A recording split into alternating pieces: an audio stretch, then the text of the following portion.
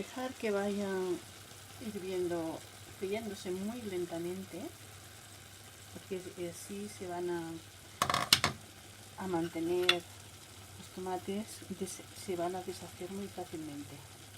Apretamos un poco y vamos viendo cómo se van deshojando.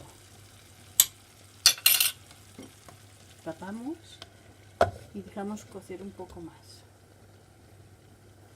Mientras tanto, las lentejas ya empiezan a hervir,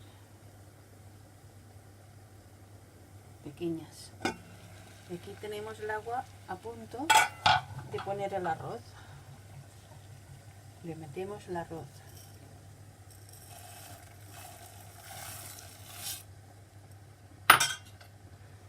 Y damos unas vueltas